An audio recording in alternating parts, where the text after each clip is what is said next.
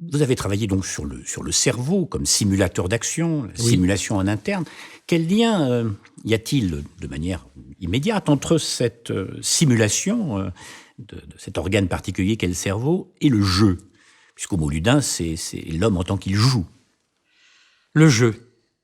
Alors, c'est un thème merveilleux. D'ailleurs, si j'avais été courageux, j'aurais pris ça comme sujet d'un de mes cours au Collège de France. Le jeu, c'est la première activité de l'enfant.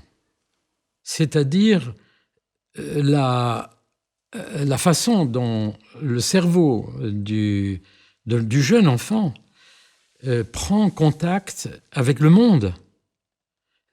Nous savons maintenant que c'est aussi la façon dont son cerveau construit ce que nous appelons des modèles internes du monde, c'est-à-dire les lois qui régissent le monde, les rapports entre mon corps, ses propriétés mécaniques, le monde. Donc, pour l'enfant, le jeu n'est pas un jeu.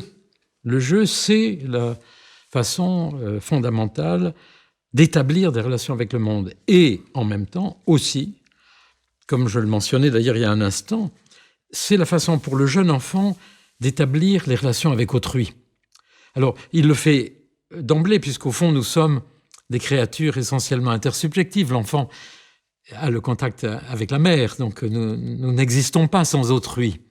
Mais le jeu est une façon de comprendre, en particulier vers 3 ans, 4 ans, 5 ans, que les autres peuvent avoir une opinion différente de la nôtre, que les autres ont une histoire, que les autres se comportent différemment. Donc le jeu, c'est cette activité fondamentale. Et puis, évidemment, nous en faisons, grâce à notre cerveau et ses complexités, ses capacités d'imagination, nous en faisons quand on devient plus grand dans l'adolescence ou comme adulte, nous en faisons une activité qui devient une activité d'imagination, etc. Mais je pense que d'une certaine façon, le jeu même de l'adulte, quand on joue à Intrigue à Venise ou aux échecs ou même à des jeux sociaux, aujourd'hui les jeux vidéo avec des créatures artificielles dont on parlera peut-être, les avatars,